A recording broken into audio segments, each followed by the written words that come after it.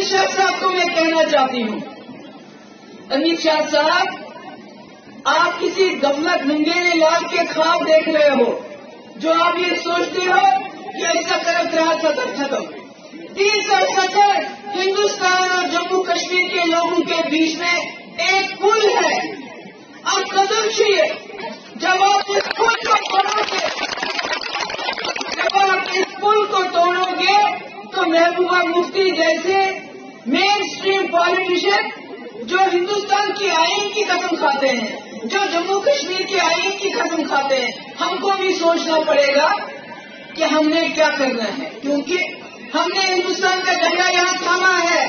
अगर आपने 370 के साथ हाथ लगाया तो ये झंडा हमारे हाथों में भी नहीं रहेगा, हमारे कंधों में भी नहीं रहेगा।